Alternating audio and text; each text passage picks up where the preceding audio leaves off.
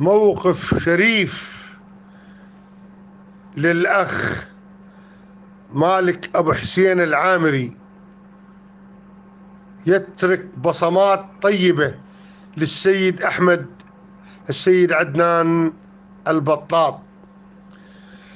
ابن عدنان سيد أحمد حكاها وقال: أنا بلا عرف طبيت جاي ومعتني البغداد، طبقت على المحطة وقالوا التفويل إلا بالهوية وكونها كي ماستر يراد، اعتنان العامر مالك صراحة بلا عرف يا جواد، انطان الهوية وقال فول قوم وعلى حساب الدفع كل فلس ما يراد.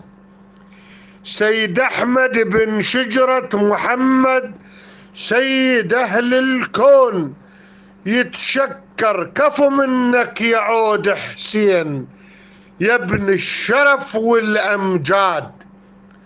يظل تذكار هالموقف نسولف بيه بكل محفل يا مالك، للي يجوا للرايح وللراد.